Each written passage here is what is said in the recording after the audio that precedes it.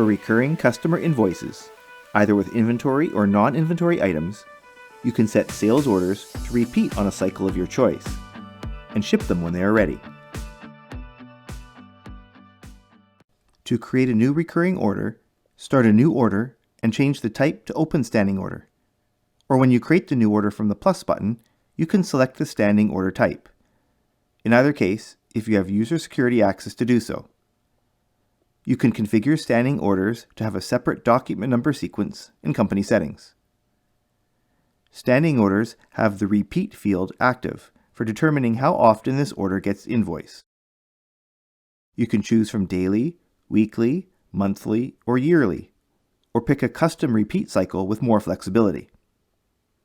Everything except the custom cycle gets repeated based on the initial order date.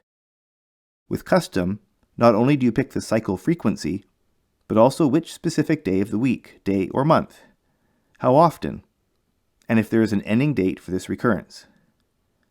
The default repeat value can be assigned within company settings. For the order details, you can have non-inventory items like labor or annual maintenance plans, or inventory items as well. If any inventory items are backordered, they would be skipped when shipping and invoicing, so you must ensure that you have stock on hand to fulfill standing orders with inventory items. Often with standing orders, you would not bother with the steps to process and ship, as they are assumed to be authorized, unless you have warehouse procedures that must be followed. When you post the invoice, either on account or with a payment included, this creates the general ledger transaction as usual, and you can print or email the invoice. However, the standing order remains uncompleted and is not moved to sales history. The next invoice date increments to the next cycle value, either the next week or month or so on. Inventory items have both shipped and back-ordered quantities reset to 0.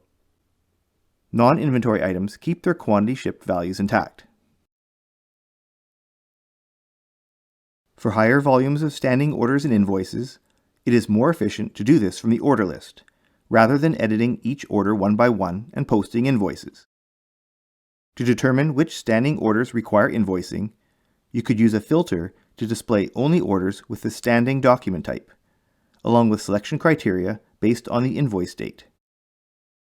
If your list of orders only contains non-inventory items where quantity in stock is not a concern, you can highlight the group of orders in the grid, either consecutive or not, and click the Invoice button. After confirming that you want to create these invoices, you will be warned if any customers are over their credit limit, and you can proceed or bypass that order, depending on your user security setting for invoicing over-limit customers. For posted invoices, you can then print or email the invoice forms and generate the transactions and accounting. Each order has the next invoice date calculated and updated based on each respective repeat cycle value. When orders contain inventory items, you need to ensure that they have shipped quantities rather than on back order, so that stock is committed and orders shipped and invoiced correctly. After highlighting the required orders from this list, click the Fill Back Orders button if you have user security rights to recalculate the quantity shipped and back-ordered values from on-hand quantities. You can tell that all items were marked as shipped when the back-ordered status of an order is displayed without a checkbox. For any orders that continue to have a back-ordered status, you should determine the course of action prior to creating invoices, as you likely do not want to partially ship and invoice standing orders. It is best practice to not force ship quantities and allow quantity on hand to go negative. Instead, you may wish to substitute the back-ordered items with alternates, or contact the customer if they allow partial shipments. When all orders are ready, you can highlight them and click the Invoice button to create the forms and transactions, and update the next invoice date for future shipments.